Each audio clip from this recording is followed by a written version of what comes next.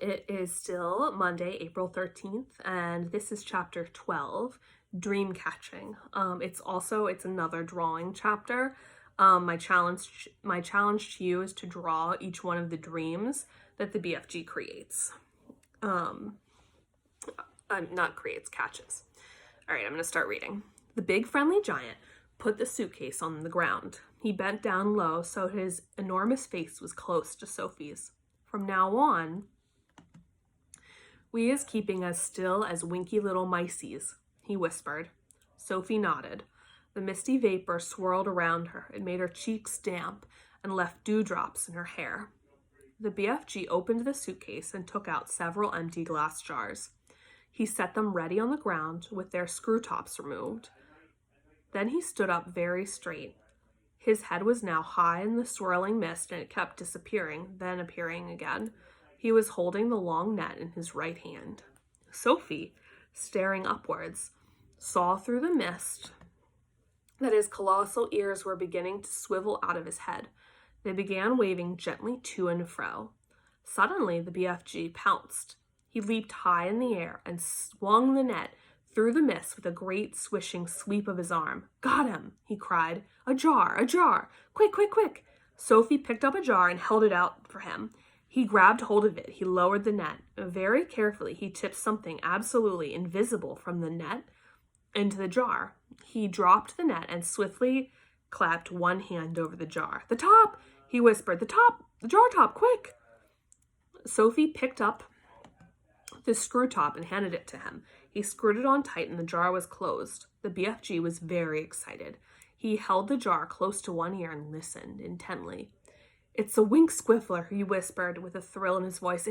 It's even better. It's a fizz wizard. It's a golden fizz wizard.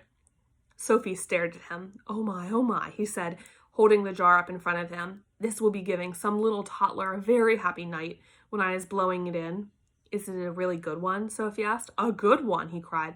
It's a golden fizz wizard. It is not often I is getting one of these. He handed the jar to Sophie and said, Please be still as a starfish now. I is thinking there may be a whole swarm of fizz wizards up here today. And do kindly stop breathing. You is terribly noisy down there. I haven't moved a muscle, Sophie said.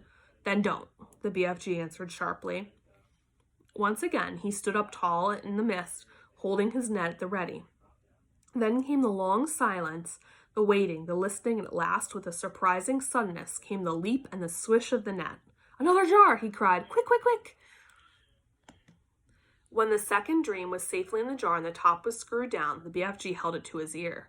Oh no, he cried. Oh, mince my maggots. Oh, swipe my swoggles. What's the matter? Sophie asked. It's a troggle humper, he shouted. His voice was filled with fury and anguish. Oh, save our solos, he cried. Deliver us from weasels. The devil is dancing on my diddler. What are you talking about? Sophie said. The BFG was getting more distressed every moment. Oh, bash my eye bones, he said, waving the jar in the air. I come all this way to get lovely golden dreams, and what is I catching? What are you catching? Sophie said. I is catching a frightsome troggle humper, he cried. This is a bad, bad dream. It is worse than a bad dream. It is a nightmare. Oh dear, Sophie said. What will you do with that? I is never letting it go, the BFG cried. If I do, then some poor little toddler will be having the most curd-bloodling time. This one is a real Kixie bog thumper. I is exploding it as soon as I got home. Nightmares are horrible, Sophie said. I had one once and I woke up sweating all over. With this one, you would be waking up screaming all over, the BFG said. This one would make your teeth stand on end. If this one got into you, your blood would be freezing to icicles and your skin would go creeping across the floor. It is as bad as that? It's worse, cried the BFG. This is a real wopsy grob switcher. You said it was a troggle humper, Sophie told him. It is a troggle humper, cried the exasperated BFG, but it's also a bog thumper and a grob switcher. It is all three riddled into one. Oh, I was so glad I was clutching it tight. Ah, you wicked beastie, you, he cried, holding up the jar and staring into it. Nevermore is you going to be bunk-doodling this poor little human being toddlers. Sophie, who was also staring into the glass jar, cried out, "I can see it. There's something in there." "Of course there's something in there," the BFG said.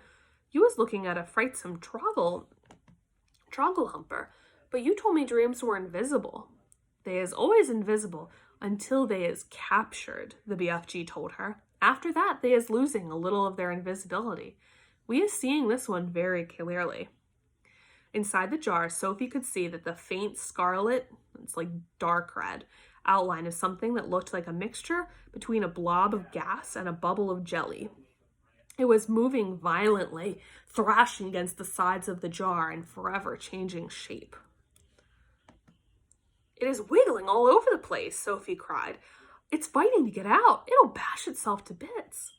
The nastier the dream, the angrier it is getting when it is in prison, the BFG said. "It is the same with wild animals. If an animal is very fierce and you is putting it in a cage, it will make a tremendous rumple-dumpless. If a nice animal like a cock-a-toodle-oo or a froggle-frump, it'll sit quietly. Dreams is exactly the same. This one is a nasty, fierce bog-trotting nightmare. Look at him splashing himself against the glass. It's quite frightening," Sophie cried. "I'd be hating to get this one inside me on a darksome night," the BFG said. "So would I," Sophie said. The BFG started putting the bottles back into the suitcase. "Is that all?" Sophie asked. "Are we going?" "I is so upset by this troggle-humping, bog-thumping grub-switcher," the BFG said, "that I is not wishing to go on. Dream-catching is finished for today." Soon Sophie was back in the waistcoat pocket. The BFG was racing home as fast as he could go. When, at last, they emerged out of the mist and came again onto the hot yellow wasteland, all the other giants were sprawled out on the ground, fast asleep. And that is the end of that chapter. Remember, for this chapter, your job is to try drawing the bad dream and the good dream, like, in their jars. And you can, like, make them whatever colors you would like. You don't have to send it to me, but you can if you would like to. I'd love to get some drawings. Me and little Ramses.